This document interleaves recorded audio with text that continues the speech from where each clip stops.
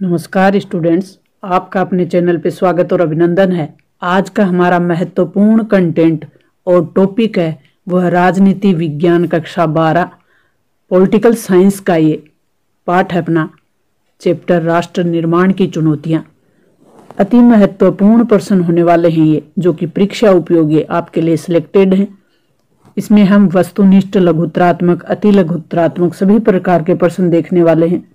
तो राष्ट्र निर्माण की चुनौती वाला अपना पाठ होगा। सबसे पहले हम वस्तुनिष्ठ प्रश्नों को देखेंगे, जिसमें पहला अपना प्रश्न होगा कि भारत कब आजाद हुआ। तो 14 और 15 अगस्त की मध्य रात्रि, जो कि 1947 को भारत आजाद हुआ। भारत का स्वतंत्रता दिवस ये सबको पता है 15 अगस्त। पाकिस्तान का 14 अगस्त, एक दिन पहले।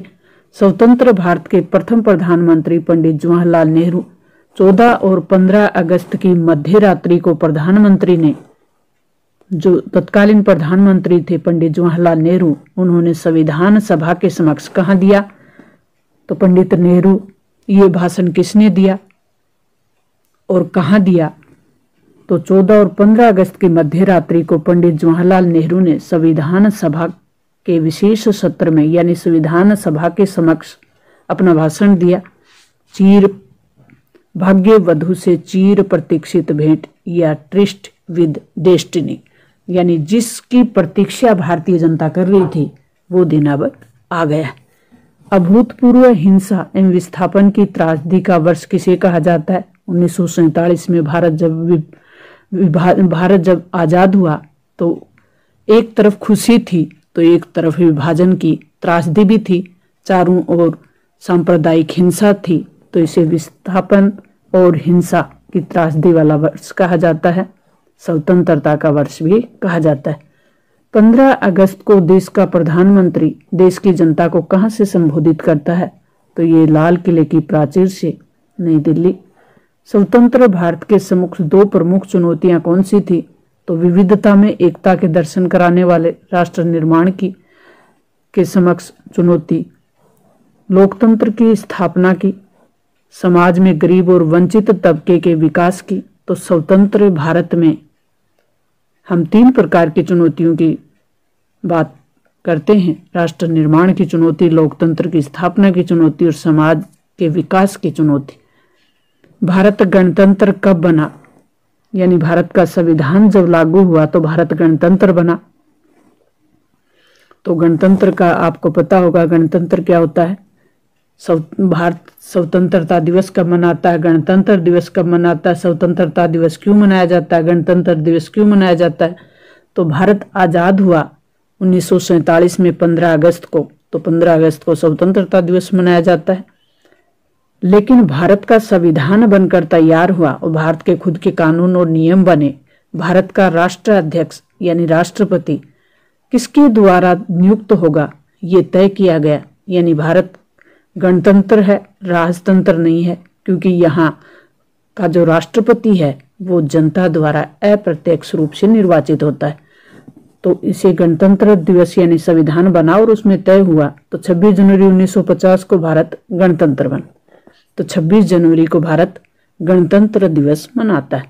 1947 की त्रासदी की अपनी रचनाओं में प्रस्तुत करने वाले 2 प्रमुख रचनाकार हैं, फैज अहमद फैज और अमृता प्रीतम। कायदे आजम या पाकिस्तान के राष्ट्रपति मोहम्मद अली जिन्ना। मुस्लिम लीग की स्थापना कब हुई। तो मुस्लिम लीग की स्थापना 1906 में हुई। द्विराष्ट्र का नारा किसने दिया था। मोहम्मद अली जिन्ना।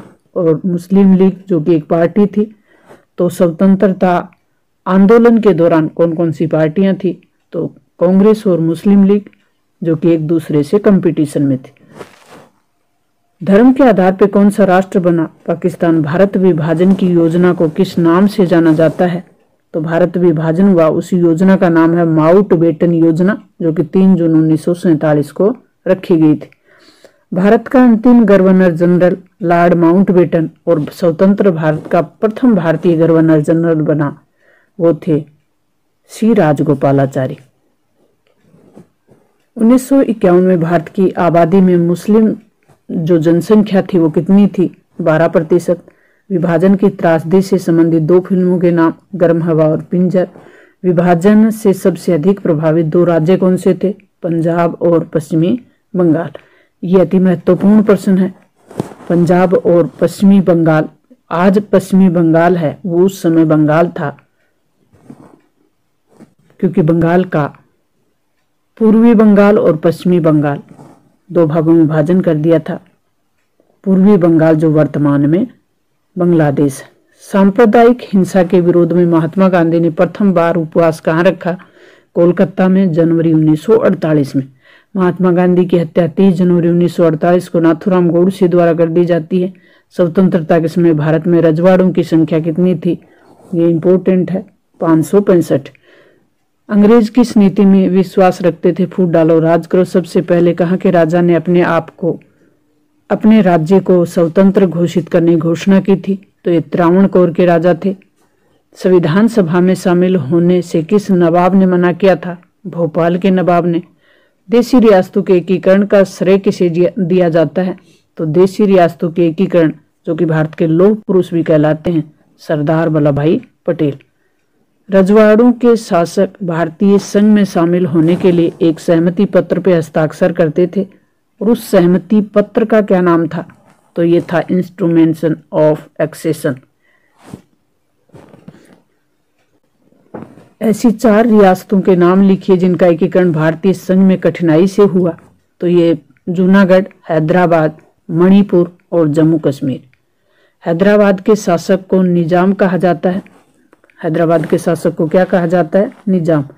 हैदराबाद के निजाम ने अपनी रियासत के लिए क्या चुना? स्वतंत्र रहने की। हैदराबाद रियासत को स्वतंत्र रखने के लिए निजाम ने अपनी रियासत को यथास्थिति यानी स्वतंत्र रियासत बनाना चाहते थे। हैदराबाद के निजाम के खिलाफ किस स्थान के किसानों ने आंदोलन किया था? तो तेलंगाना के किसानों ने हैदराबाद के निजाम के विरुद्ध आंदोलन किया। हैदराबाद का निजाम आंदोलनरत किसानों के खिलाफ एक अर्धसैनिक बल का प्रयोग करते थे। उसे कहा गया था रजाकार। यानी रजाकार क्या थे?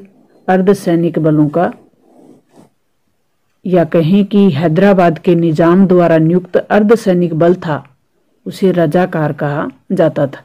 हैदराबाद का विलय भारतीय संघ में किस प्रकार हुआ?